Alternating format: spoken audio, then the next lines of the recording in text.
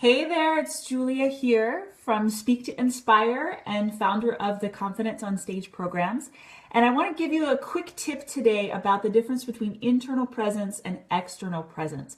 Now, this is something that came up last week with my video about the raspy speaker.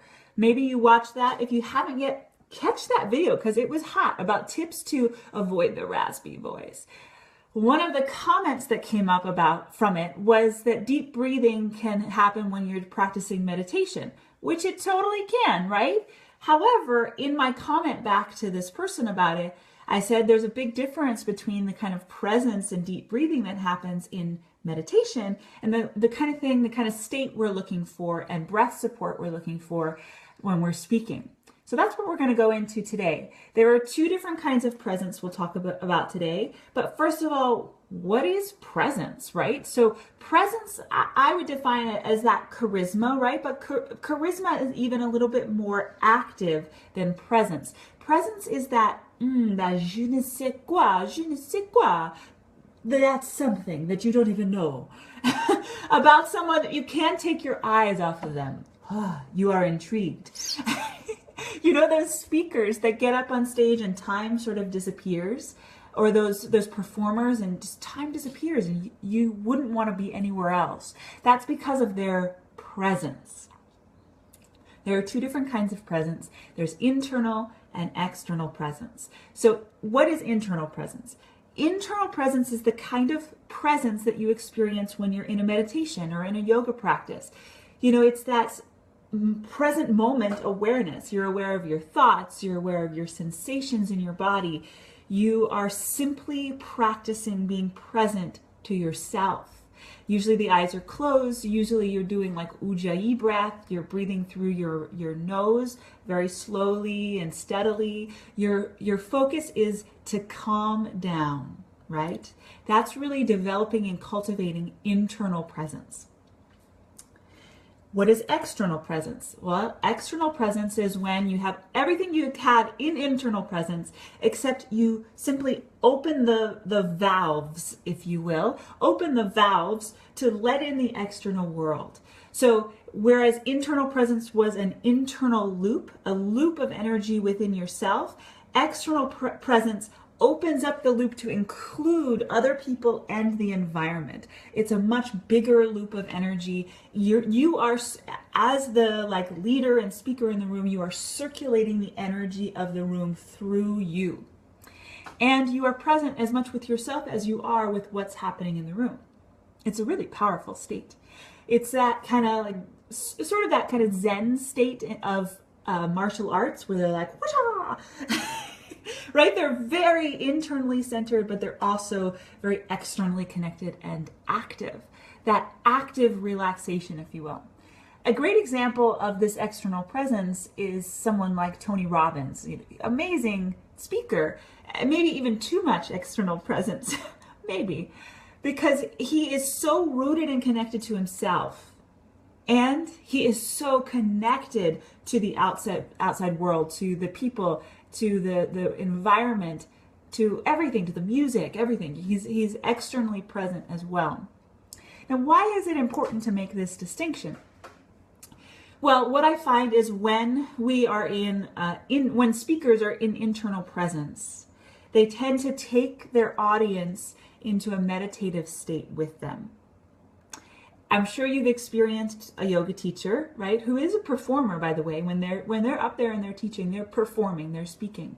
So a yoga teacher who uses that little bit of yoga teacher voice, breathe in deeply, feel the breath go down into your belly, right? I've been that teacher.